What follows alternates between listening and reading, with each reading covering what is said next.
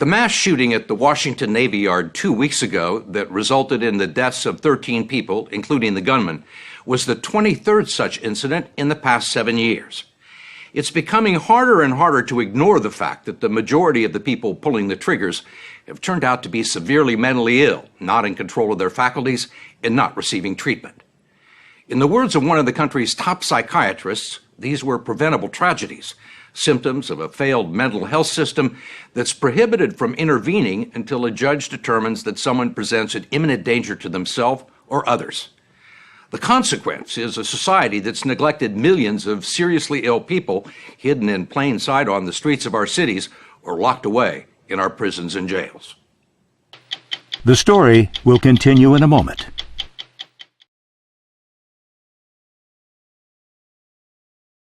There's something eerily similar about the shooters, as if they were variations of the same person. All young males, often with the same glazed expression. Loners who exhibited bizarre behavior and withdrew into their own troubled world. They're often portrayed as villains, but Dr. E. Fuller Torrey says their deeds have much more to do with sickness and health than good and evil.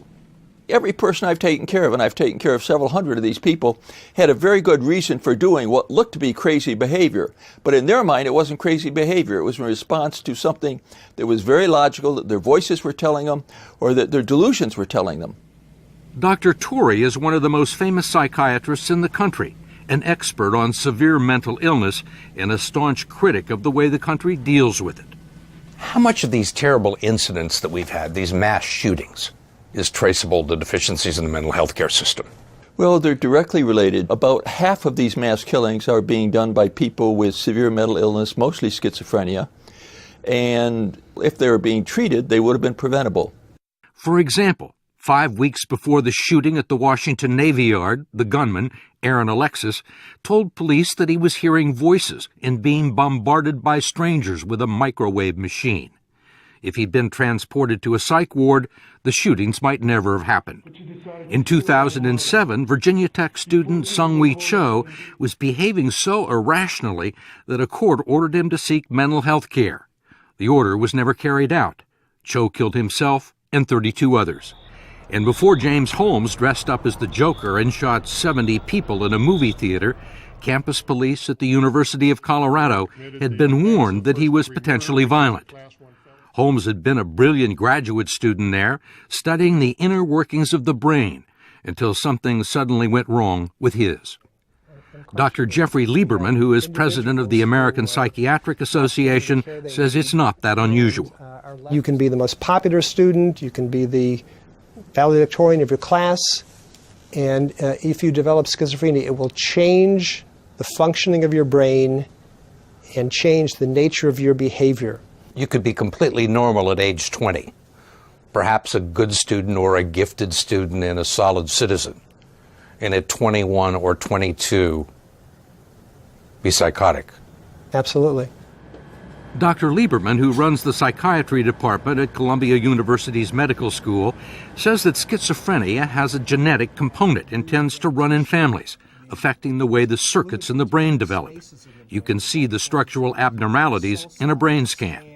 And you see people, a young adult with a normal brain, same age, who has schizophrenia, and you see that degenerative process has already begun. This is really a disease of the brain, not a disease of the mind. Absolutely. It lies dormant during childhood and usually emerges in late adolescence and early adulthood, affecting perception and judgment. People see things that aren't there and hear voices that aren't real. What's the nature of these voices and what do they say? Usually it's multiple voices talking about them in the third person as if they're not there. They may be saying, you're a horrible person, everybody hates you, the only way that you can justify yourself is to lash out at them. How strong are the voices? When they're at their worst, a person can't distinguish the voices from their illness, and they think the voices are part of them, and if they tell them what to do, they'll follow it. I hear a voice. It's a man's voice, and it's really, really deep. It's a really deep and scary man's voice. Schizophrenia is more common than you might think. Several million Americans have it. 17-year-old Jacob Bowman has been struggling with it for a couple of years. This is basically me on a bad day, I guess. Because I can't think straight. My thoughts are racing really, really fast. He's dropped out of high school, lives at home under the watchful eyes of his parents, and rarely goes out because he thinks people are trying to kill him. He spends much of his time on social media. We found him on YouTube, where he shares his world with other young people who have the same symptoms. He wants them to know that they're not alone and that the voices and hallucinations are not real. Basically, all my voices I have are just voices of telling me to harm myself or harm other people or kill people. And that's why I think I need to get on medication, because I don't want to hurt anyone. And because I know schizophrenics aren't violent. And he's mostly right. The vast majority of people with schizophrenia never show any signs of violence. Mike Robertson was 19 years old and away at college when he was diagnosed 3 years ago. I felt like there was people around me, like bad people or nice people. Even when there was nobody there? Yeah. And that's what really got to me. He told me over the phone, I feel like I'm going insane. I swear there's a bug in my head, and I just want to tear at my eyes and my skin and my scalp to get to it and get it out of there so I don't have to hear it anymore. Very scary. Michael's mother, Linda Duran, brought him back to California and got him into treatment, which consists of regular therapy sessions and daily doses of heavy-duty antipsychotic drugs that stabilize him and help control the symptoms. Clozapine, it's antipsychotic, haloperidol. Cogentin or benzotropine, fluoxetine or Prozac, orazepam for anxiety. They often leave him listless or groggy, which is one of the reasons people with severe mental illness often stop taking them. I mean, a lot of people with your illness say the drugs make them feel worse. They just hate it. Yeah, I can see that with the side effects, but it's better than having schizophrenic symptoms. What worries you the most? The future, and the future without myself being here, because I am Mike's caregiver, I am his advocate, and so if I'm not here, who will be? It's a serious concern and a sobering thought, because it's estimated that half of the 7 million people in the country with schizophrenia and other forms of severe mental illness are not being treated at all. This is day 10 now on my fast, so I'm feeling really, really good. Dwayne Luco is one of them. He spent the past 3 years on and off the street and in and out of jails and mental institutions, but he doesn't acknowledge that there's anything wrong with him and has refused treatment. He's been recording the events in his life to prove that he is sane and that the rest of the world is out to get him. Do you have a gun at your home? Do I have a gun at my home? Yes, I have a gun at my home. Okay, so it's a true statement. There's a confrontation with police at his parents' home, and this full-blown psychotic episode on the top of Multnomah Falls in Oregon, in which he threatens to go over the side. I come from the planet of Pluto. I'm here to protect this planet. I'm here to bring justice about. There is no justice. This planet is entirely corrupt. The FBI wanted to screw around with me. They didn't want to give me my ATM cards. It really feels as though he's on the edge. It's pretty scary. Dwayne gave the footage to his sister, Sandra Luco, a documentary filmmaker who teaches in New York. May the truth be known. She spent years trying to help it. On a certain level, this would make him crazy to think that the very thing that he thinks is going to exonerate him shows how crazy he is. Did you have trouble getting him treatment? Yes, a tremendous amount of trouble getting him treatment. She's no longer sure where her brother is now and has kept her distance ever since he sent her a threatening email. He said that someone was going to come to my apartment with an AR-15 and hollow point bullets and spatter my brains all over my apartment. Has he ever been violent? Not that I know.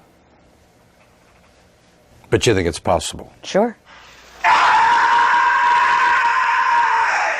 50 years ago, someone like Dwayne Luco would have ended up in a place like this, involuntarily committed to one of the big state-run hospitals that were used to warehouse the seriously mentally ill. Documentaries like Frederick Weissman's Titicut Follies helped expose the dehumanizing conditions and led to reforms. One by one, the big asylums were shut down, and over time, 500,000 inmates were released into communities to fend for themselves. They were supposed to be housed in residential treatment centers, medicated and supervised by caseworkers at walk-in clinics, but the programs were never adequately funded. What we did is we emptied out the hospitals, and on any given day now in the United States, half of the people with schizophrenia and other severe mental illnesses are not being treated. How difficult is it to get somebody admitted who does not want to be admitted? Almost impossible in most states.